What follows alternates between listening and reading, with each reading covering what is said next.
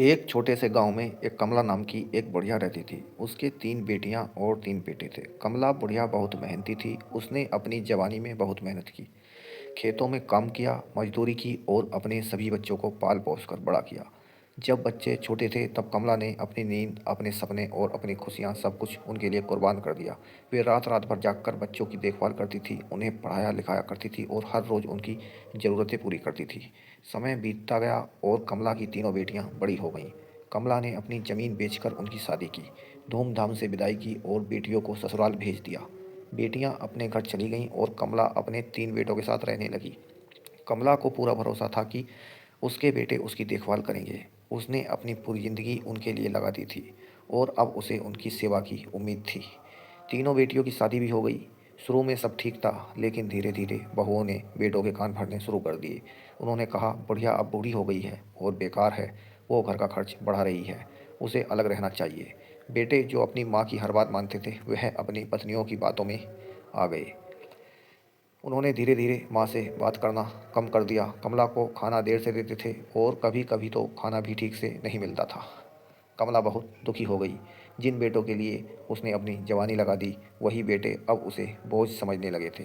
कमला रोज रात को चुपचाप रोती थी और भगवान से पूछती थी कि उसने क्या गुनाह किया है जो उसे यह दिन देखना पड़ा है। एक दिन बड़े बेटे ने कहा, माँ तुम अलग रहो, हम तुम्हें खाने के लिए अनाज दे देंगे। कमला को बहुत बुरा लगा, लेकिन वो क्या कर सकती थी। उसने एक छोटा सा कमरा किराए पर ले लिया और अकेली रहने लगी। जब कमला की बेटियों को यह पता चला तो वो बहुत दुखी हुई। उन्होंने अपनी माँ के पास जाकर कहा, माँ तुम हमारे साथ रहो। लेकिन कमला ने कहा, बेटी पराया धन पराये घर चला जाता है, मैं तुम्हारा बोझ नहीं बनूंगी। लेकिन बेटियों ने हार नहीं मानी। तीनों बेटियों ने मिलकर एक योजना बनाई। वो बारी बारी से माँ के पास जाती और उसे खाना खिलाती और उसकी देखभाल करती। वो अपने घर से पैसे भी देती ताकि माँ को कोई परेशानी न हो। समय बीतता गया, कमला की बेटियां उसकी सेवा करती रहीं और बेटों ने माँ को बुला दिया।